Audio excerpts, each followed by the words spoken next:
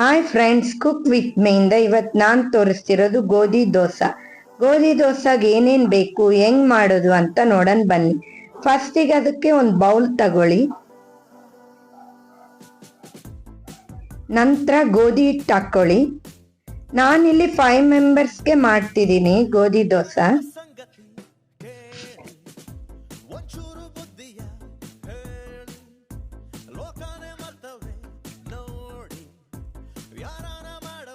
Half teaspoon cooking soda,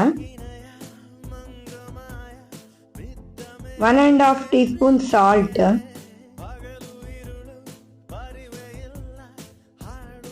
1.5 teaspoon ಶಾಜೀರಾ. Normal ಜೀರಾಕನ ಶಾಜೀರಾ ಚೆನ್ನಾಗಿರುತ್ತೆ ಈ ದೋಸೆಗೆ. ನಂತರ ವಾಟರ್ ಹಾಕ್ಕೊಳ್ಳಿ. ಗೋಧಿ ದೋಸೆಗೆ ಸ್ವಲ್ಪ ವಾಟರ್ ಭಾಳನೇ ಹೋಗುತ್ತೆ. ನಾವು ವಾಟರ್ ಹಾಕಿದ ತಕ್ಷಣ ನಾವು ಅದನ್ನ ಬೀಟ್ ಮಾಡ್ಕೋಬೇಕು. ನಾವು ಬೀಟ್ ಮಾಡಿ ಮಾಡಿ ನೀರು ಹಾಕ್ಕೋಬೇಕು. ಒಂದೇ ಸತೆ ನೀರು ಹಾಕಬಾರ್ದು. ಉಂಡೆ ಇಲ್ದಂಗೆ ಬೀಟ್ ಮಾಡ್ಕೊಳ್ಳಿ ಚೆನ್ನಾಗಿ.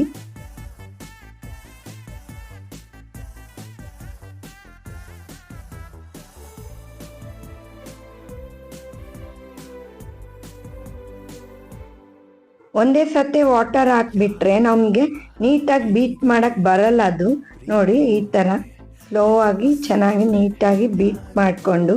ಉಂಡೆ ಇರಬಾರ್ದು. ಉಂಡೆ ಇದ್ದರೆ ದೋಸೆ ಚೆನ್ನಾಗಿ ಬರಲ್ಲ. ಇಷ್ಟು ಥಿಕ್ನೆಸ್ ಇರಬೇಕು ಹಿಟ್ಟು. ಇದಕ್ಕನ ನೀರಿದ್ರೆ ಚೆನ್ನಾಗಿರಲ್ಲ ದೋಸೆ. ಒಂದು 30 ಮಿನಿಟ್ಸ್ ನಾವು ಇದನ್ನು ನೆನೆಯಕ್ಕೆ ಬಿಟ್ಬಿಡಬೇಕು. ನೋಡಿ, ನಾನು ಗೋಧಿ ದೋಸೆಗೆ ಮೇಲೆ ಆನಿಯನ್ ಹಾಕ್ತಿದ್ದೀನಿ, ಶೇಂಗಾ ಚಟ್ನಿ. ನಾವು ಯಾವಾಗೂ ಲೋ ಫ್ಲೇಮಲ್ಲೇ ದೋಸೆ ಹಾಕ್ಕೋಬೇಕು. ಹೈ ಫ್ಲೇಮಲ್ಲಿ ಹಾಕಿದರೆ ದೋಸೆ ಚೆನ್ನಾಗಿ ಹಿಟ್ಟು ಸ್ಪ್ರೆಡ್ ಆಗಲ್ಲ. ಅದಕ್ಕೆ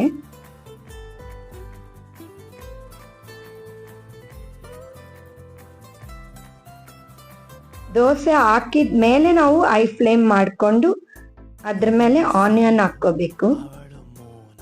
ಆನಿಯನ್ ನಿಮ್ಮ ಇಷ್ಟ. ನಮ್ಮ ಮನೇಲಿ ಇಷ್ಟಪಡ್ತಾರೆ, ಸೊ ಅದಕ್ಕೆ ನಾನು ಹಾಕ್ಕೊಂಡಿದ್ದೀನಿ ಇಲ್ಲಿ.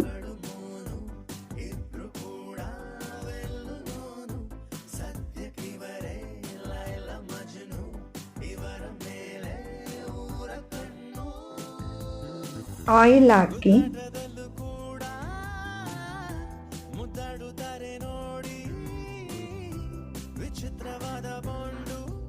ಇದು ಶುಗರ್ ಪೇಷಂಟ್ಸ್ಗೂ ತುಂಬ ಒಳ್ಳೆಯದು.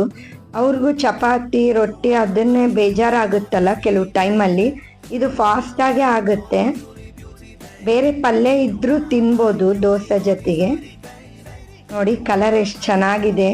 ಈ ಕಲರ್ ಬರೋ ತನಕ ನಾವು ಹಂಚಿನ ಮೇಲೆ ಬಿಡಬೇಕು ದೋಸೆನ. ಟ್ರೈ ಮಾಡಿ, ಟೇಸ್ಟ್ ಮಾಡಿ, ಕಾಮೆಂಟ್ ಮಾಡಿ. ಲೈಕ್, ಶೇರ್, ಸಬ್ಸ್ಕ್ರೈಬ್ ಮಾತ್ರ ಮರಿಬೇಡಿ.